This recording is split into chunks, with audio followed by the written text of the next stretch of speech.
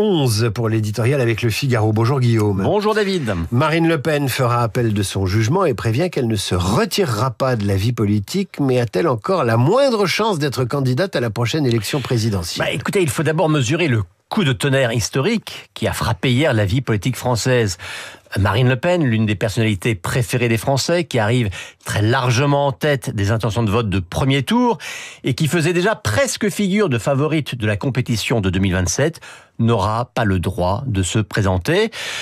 En rigueur de terme, il faudrait encore parler au conditionnel, car elle a annoncé qu'elle irait jusqu'au bout dans les procédures d'appel, mais la voie de passage est quand même plus qu'étroite, au point que certains observateurs pensent que son ultime chance serait une grâce de la part d'Emmanuel Macron. Mais à supposer qu'il le décide, il faudrait d'abord attendre que la condamnation soit définitive, ce qui risque en toute hypothèse d'arriver trop tard par rapport à l'échéance de 2027.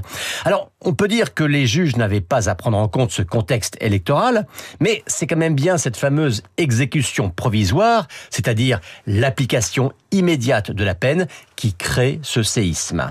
Les juges ont appliqué la loi. N'est-ce pas excessif de parler de démocratie exécutée, jeu de mots sur l'exécution provisoire, comme l'a fait Jordan Bardella ? Oui, évidemment, les juges ont appliqué la loi. Et puis, on ne doit quand même pas oublier le dossier lui-même des assistants au Parlement européen. Mais regardons quand même la motivation de l'exécution provisoire par la présidente du tribunal. Il y aurait un risque de trouble à l'ordre public, c'est la formule, du simple fait, dit-elle, que puisse se présenter à l'élection présidentielle une personne condamnée en première instance. Donc c'est bien cette candidature que la juge a voulu empêcher.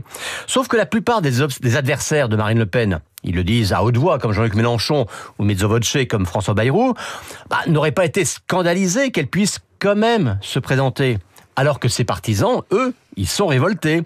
Et cette décision donne du grain à moudre à tous ceux qui veulent voir ou croire en une justice agissant uniquement pour des considérations politiques. Concrètement, que peut faire le Rassemblement national ? Marine Le Pen a-t-elle d'autres choix que d'adouber Jordan Bardella ? Concrètement, je dirais que le RN est avant tout bien embarrassé.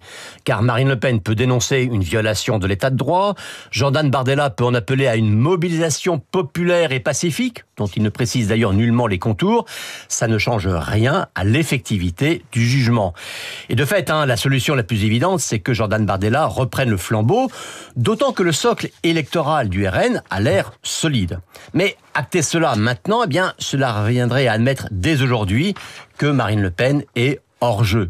Or, l'interview sur TF1 hier soir et toutes les interventions de la soirée des élus RN visaient au contraire à afficher, à mettre en scène une combativité intacte, s'exprimant notamment à travers l'appel et la promesse de ne pas abandonner la politique. Et puis on ne peut pas dire à la fois le combat continue et raccrocher les gants au premier round.